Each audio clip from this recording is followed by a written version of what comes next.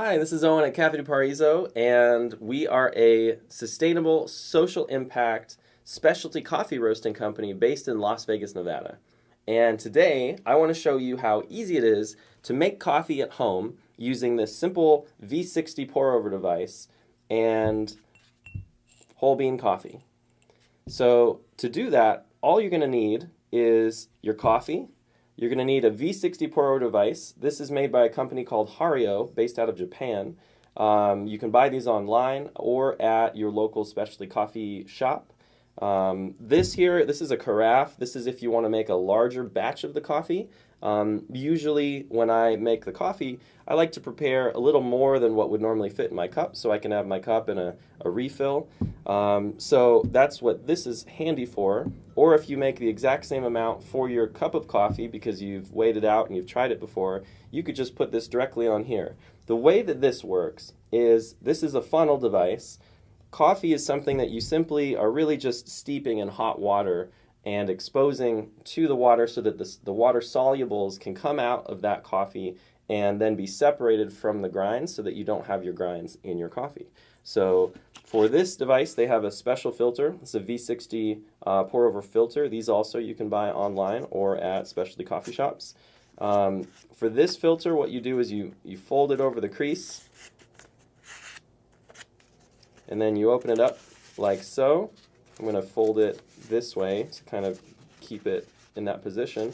So now you have a funnel, and that just goes directly inside this V60 pour device. They call it a V60 because it's shaped like a V and it's a 60-degree angle.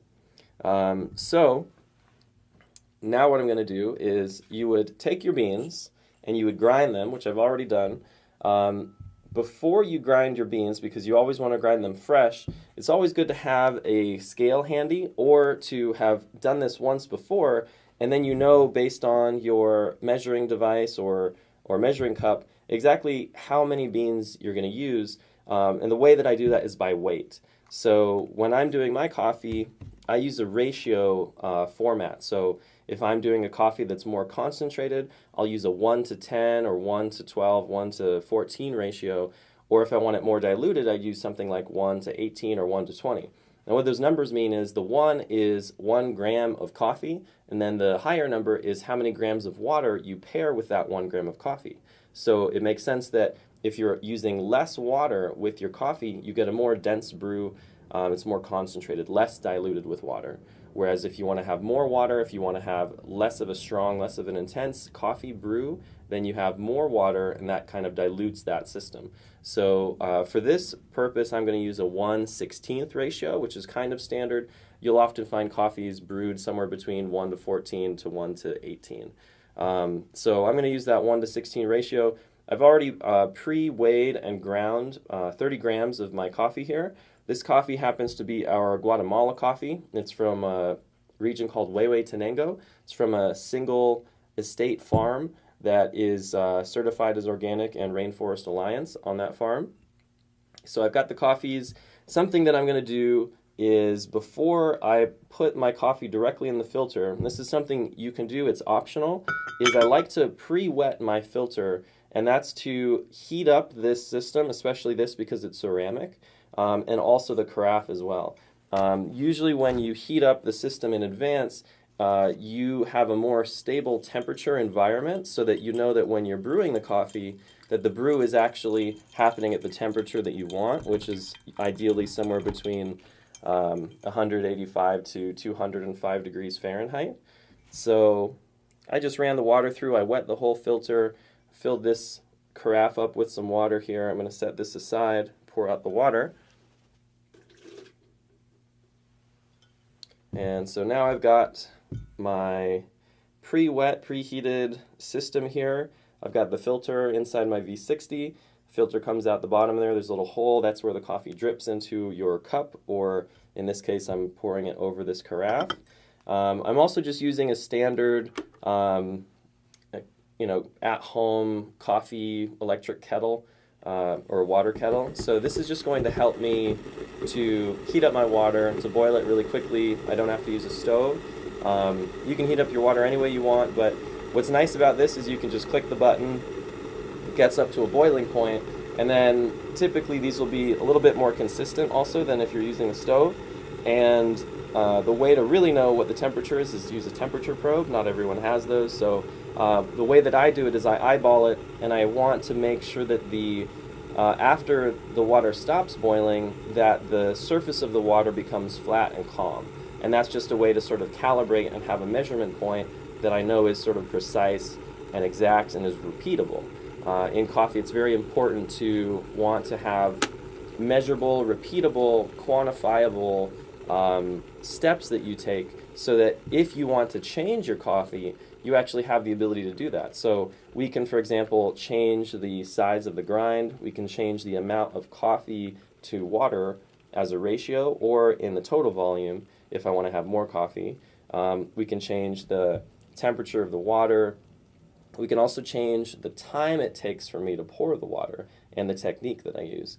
In this case, I'm just sort of following the instructions that come on the bags for these filters, which is simply to pour the water in a circle as you go without pouring the water on the edges. So I'm just going to pour in my coffee grinds. Going to make it sort of flat on the top. My water's settled after boiling. And then what I'm going to do is I'm going to use a timer, and I'm also going to weigh this as I pour. Not everyone has a food scale, but if you do, this is really useful because then you know exactly how much water you've added into the system, because some of the water will be up here, some will be down here.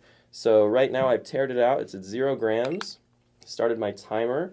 Right now it's at 0, so I'm going to press start as I pour the first little bit of water. And what I'm going to do in the beginning here is I'm going to pour about 30 grams of water, and I'm going to wait about 30 seconds. And what this does is it also heats up all the coffee grinds and makes it easier for them to have the extraction take place at the brew temperature. If I was just to pour a lot more water straight, the idea is that the coffee that's dripping through doesn't have necessarily the same type of brewing experience as the coffee after it's already hot. So it's been about 30 seconds. I'm going to start pouring the rest of it. Something else that happens when you have coffee that's freshly roasted is there's a lot of gas coming out. So doing this where you're pouring the water over your coffee, this will give you a sense of how fresh the coffee is. You'll see that gas coming out, and that initial period where I'm actually blooming the coffee, that's when I'm allowing also that gas to escape, and the coffee is sort of blooming up, and it's creating sort of like a mushroom. It looks like a brownie or a muffin that's being baked. So a lot of times, because there's a lot of that initial gas release, also waiting that 30 seconds kind of gives it a chance for all that gas to jump out, and then you can start doing the brew in a more predictable way. So I'm just pouring little bits of water here at a time, pouring them in a circle, kind of staying near the center. I don't want to pour it on the sides because then the water, the way that it's escaping this device is on the edges and also straight down in the bottom. So I'm kind of pouring in the middle but in circles. Part of the idea is to sort of agitate it but without making the water go straight down the sides without it being exposed to the coffee. And I'm trying to kind of maintain the same level of water. And you can see the water kettle that I'm using, this isn't the kind of fancy gooseneck style. Those ones are usually a little bit easier to use, but you can use just about any type of water kettle for this too. And I'm also watching then the amount of total weight of water that I've added to this system. Using 30 grams, if I'm using, let's say, a 1 to 14 or 15 ratio, that would be 30 times 15. So I've got probably about 450 to 480 grams in that type of water ratio. But what I find is also that in this total amount of water that I'm adding, there's still water that's going to be left over in the top of the coffee after you finish doing the pour over. So the amount of water that's actually in the carafe itself will be less than that desired 460. So I'm going to pour about 80 grams of water more than what I need.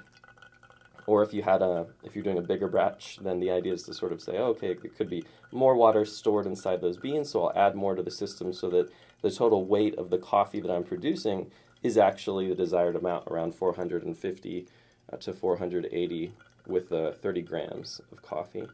So we're at about 550 grams of water now, so that's just about right for my calculations. And you can see the coffee's coming through there pretty quickly. My time is at about 3 minutes and 40 seconds. Having the timer is useful because then you have a sense of how quickly this brew is taking place. You don't have to time your coffee every time. You know, after you've done it a certain way, after a while, you'll know, just about when in the process you'd need to stop pouring coffee. You'd see that this is starting to get full. You would know also based on, how much coffee you've put in. The idea is you kind of do this once or twice, or you can do it as many times as you want like this, but the idea is not to really be, splitting hairs and trying to be super precise towards something, because coffee is really totally up to your own personal preference of what you like with coffee.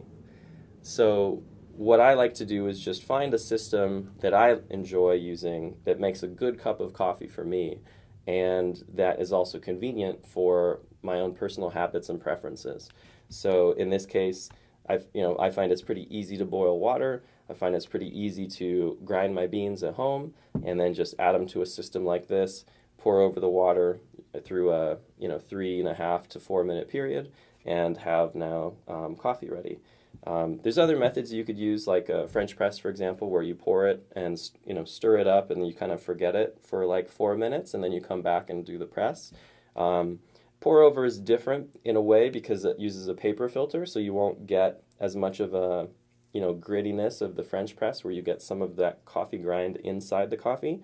And also, when you're doing this pour over style, it's much more interactive. You get to see the beans, you get to smell those grinds as they're brewing and see what's going on. It's a much more interactive experience, kind of a part of your coffee ritual in the morning. If you do this, is now that you're experience that coffee a lot more before you actually drink it. So this is just about done here. I'm going to set this aside here. I usually set that in my sink, and then the coffee grinds I can throw in my garden. So now I've got this coffee brewed up. I'm going to pour myself a glass.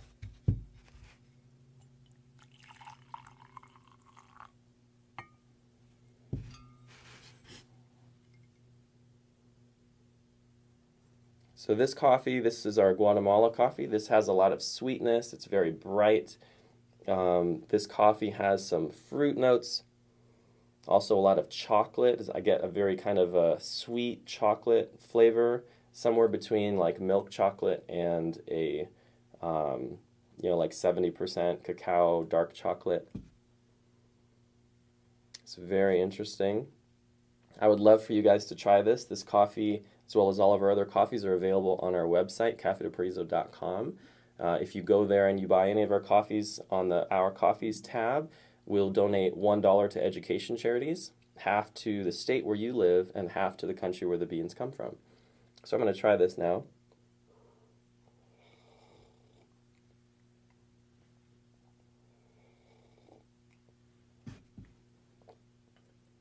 Still very hot, but it's very good. This one is being a sort of 1 to 14 ratio. This is a pretty thick brew. So this one's nice to, if you want to have like a real intense flavor coming through, and if you like your coffee a little bit more like viscous, a little bit more thick, more full-bodied. If you wanted, lighter coffee, something more on the sort of, tea spectrum in terms of viscosity and density, I might do like a 1 to 19 ratio, or 1 to 20 even. This coffee is also kind of a medium to light roast, a little bit lighter. We tend to light roast almost all of our coffees because we find that the peak flavor of the sort of natural enzymatic sweetness that comes through those berries often is most strongly expressed when you do a light roast. So come check these beans out. Get yourself a V60 if you have time. These ceramic V60 pour overs, these are about $30, but you can get the plastic version for less than $10, and these filters come in packs of 50 to 100, and you can find those online. So happy coffee brewing, and hope you join us. Hope you check out our coffees and order, and help us drink coffee and change the world.